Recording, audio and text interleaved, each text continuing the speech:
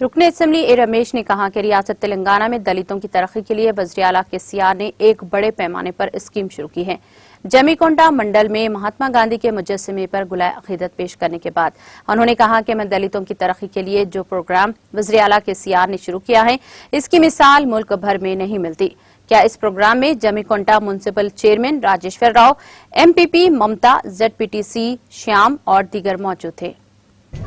Jammikunta municipal rural నుండి వచ్చిన ప్రజా ప్రతినిధులారా, మా దళిత బిడ్డలారా, పుర ప్రముఖులారా, మేధావులారా, విద్యార్థులారా, యువకులారా, మరి దయచేసి మీరు ఒక్క విషయాన్ని ఆలోచన చేయాలి.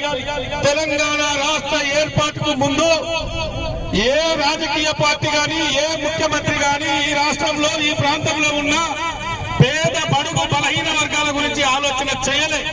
తెలంగాణ రాష్ట్ర ఏర్పాటు తర్వాత గౌరవ ఉద్యమ నేత, ఈ రాష్ట్ర ముఖ్యమంత్రి ఈ రాష్ట్రంలో ఉన్న 185% బడుగు బలహీన వర్గాల సంక్షేమం కోసం